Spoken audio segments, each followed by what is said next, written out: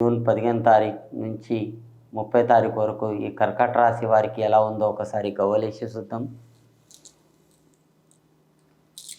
కర్కాటక రాశి వారు మీ వయసులో మస్తు చేశారండి. కర్కాటక రాశి వారు మస్తు సంపాదించారు, మస్తు చేశారు, దోస్తాన్లో తిరిగి చూశారు, ప్రతి ఒక్కళ్ళతోటి తిరిగి చూశారు, మంచి మంచి వాళ్ళతోటి మీరు కాళ్ళ కింద పెట్టారు.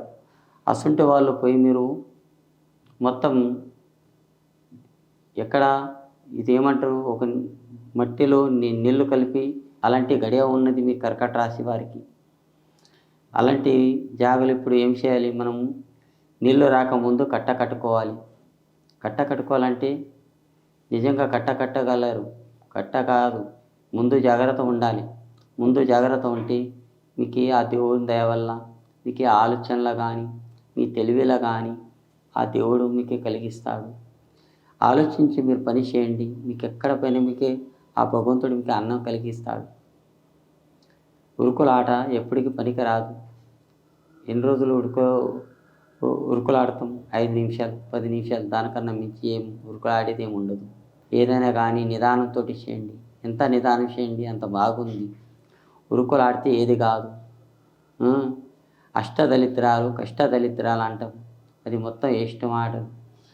కష్టం వచ్చినా సుఖం వచ్చినా ఇబ్బంది ఎంత పడినా కానీ మన కష్టం మనకు తప్పదు.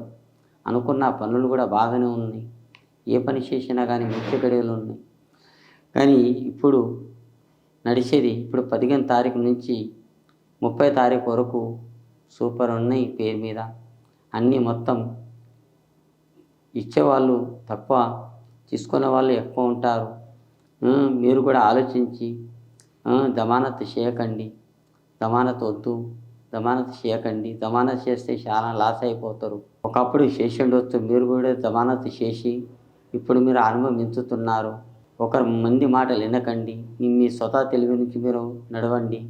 మీ సొంత తెలివి నుంచి నడిస్తే మీరు ముంగడ బాగుపడే యోగం ఉంది. నలుగురిలో మీరు పేరు సంపాదించుతారు, మీ కాళ్ళ మీద మీరు నిలబెడతారు. ఈ దేశంలో అందరం ఒక రకంగా ఉంటే దేశం ఎప్పటికో బాగుపడకపోతుండే.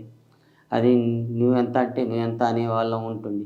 ఆ భగవంతుడు అప్పటికన్నా నీకు నీ ఏ రేంజ్ ఉందో ఆ రేంజ్లో పెట్టారు, ఉన్న వాళ్ళకి అట్లా పెట్టారు.